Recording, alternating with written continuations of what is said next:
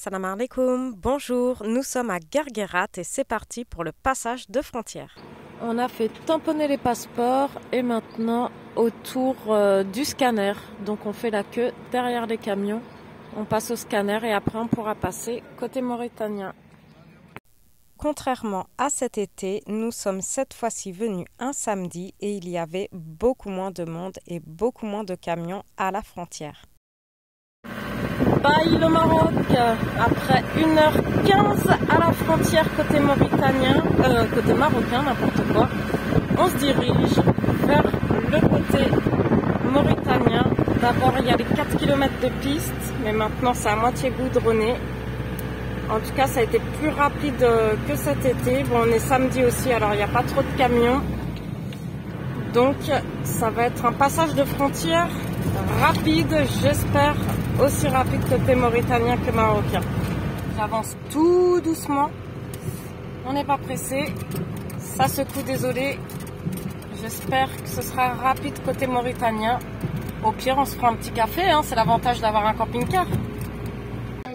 Ça y est, on est en Mauritanie, j'ai fait un peu de change, pas beaucoup, je vais en faire plus tard. Là, premier achat, ça va être une recharge de téléphone. J'ai déjà la puce, plus qu'à faire la recharge et après on est là, c'est bon, on prend la route. On a mis une seule heure, 1h10 à peu près à la frontière mauritanienne, ça a été super rapide. Donc au total 2h45 on a mis pour passer les deux postes frontières, côté marocain et côté mauritanien.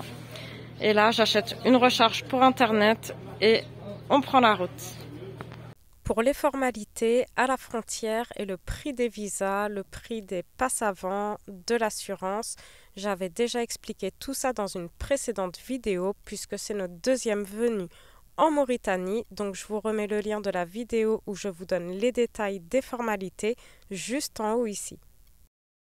Quand nous étions déjà venus cet été, nous avons fait uniquement la péninsule de Nouadhibou puisque le reste du pays était inondé, la saison des pluies avait commencé, mais on avait tellement aimé cette petite ville de Nouadhibou, la capitale économique avec le plus grand port du pays, qu'on y repassa. On s'y arrêtera quelques jours et notre premier arrêt à Nouadhibou fut de s'arrêter dans un bon restaurant pour manger un délicieux plat de riz au poisson, un plat traditionnel du pays.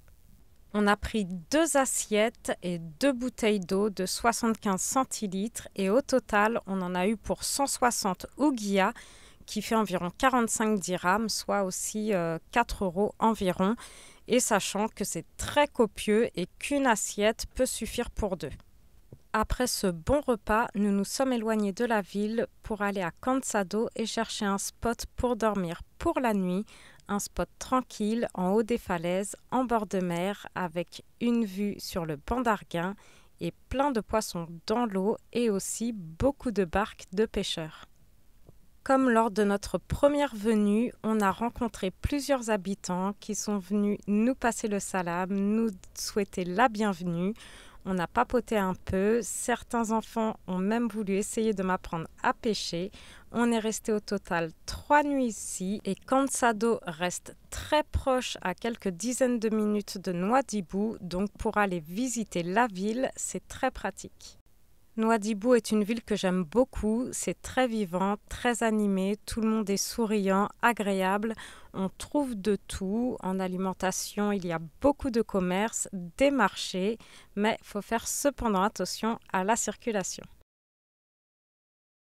Comme on est à l'est de la péninsule, ce n'est pas les couchers de soleil que nous avons sur la mer, mais les levées de soleil, avec des centaines de barques à l'horizon, puisque Nouadhibou est une des eaux les plus poissonneuses au monde. Nous avons aussi été invités par une personne qu'on avait rencontrée cet été. Attends, tu fais comme ça?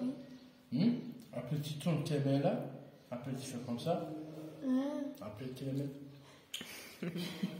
Et quelques jours après notre arrivée à Nouadhibou, c'est Famille Sans Frontières que vous avez pu voir dans les précédentes vidéos qui nous a rejoints avec une autre famille, avec des ados aussi.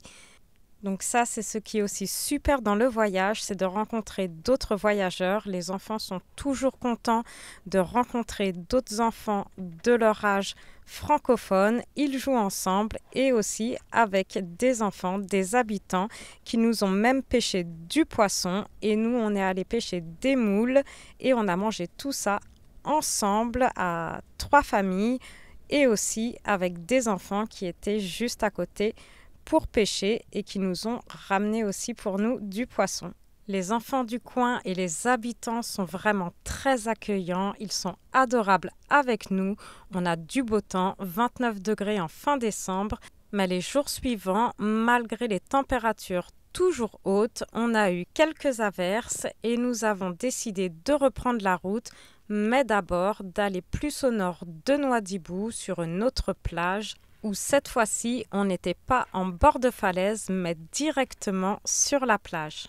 Mais comme ce jour-ci, des grosses averses sont prévues pour le reste de la journée, on ne va pas rester ici et après ces quelques jours à Nouadhibou, ça va être l'heure pour nous d'aller découvrir et visiter le reste du pays. Donc on est resté sur cette plage une seule nuit, mais on a profité quand même de quelques éclaircies, de quelques moments de beau temps pour une promenade sur la plage et encore de belles rencontres avec les habitants. Puis on a repris la route et en partant de Nouadhibou, on s'est encore arrêté sur une autre plage pour cette fois-ci ramasser des coques que l'on peut trouver par milliers sur la plage qui nous fera un bon petit repas. En quittant Nouadhibou, on a eu la chance de pouvoir croiser le train de la SNIM, le plus long train d'Afrique que j'avais déjà vu et déjà filmé de beaucoup plus près, ce qui est très impressionnant et en intégralité que vous pouvez voir dans la vidéo dont je vous remets le lien aussi ici, juste en haut et également en description de la vidéo pour regarder après celle-ci. Sur les routes de Mauritanie, il y a énormément de contrôles de police, de barrages routiers où ils vous demanderont certaines infos. Vous pouvez préparer les fiches au préalable pour gagner du temps avec le nom, prénom, numéro de passeport, marque du véhicule, plaque d'immatriculation et votre destination.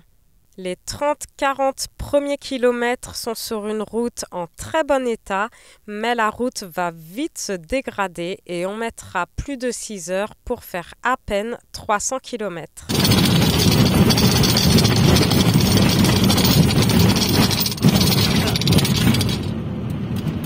Ça secoue. Les dunes du désert sur notre gauche et sur notre droite, on longe le banc d'Arguin, mais le banc d'Arguin, on s'y arrêtera au retour. On passe aussi par la petite ville de Chamy où on s'arrêtera faire 2-3 courses et pour manger. On y retrouvera aussi nos amis pour continuer la route ensemble puisqu'on n'avait pas pris la route au même moment. On restera peu de temps à Chamy, cette ville de l'or, une ville minière qui est sortie du désert entre 2013 et 2015, qui est à 235 km au nord de la capitale Nouakchott. On reprendra donc la route, on arrivera plus tard que prévu, de nuit dans une nouvelle destination, une nouvelle région avec beaucoup de découvertes qui nous attendent. Je vous présenterai tout ça dans la prochaine vidéo. J'espère que celle-ci vous a plu. N'hésitez pas à la partager, à commenter et à liker. Et je vous dis à bientôt dans la prochaine vidéo.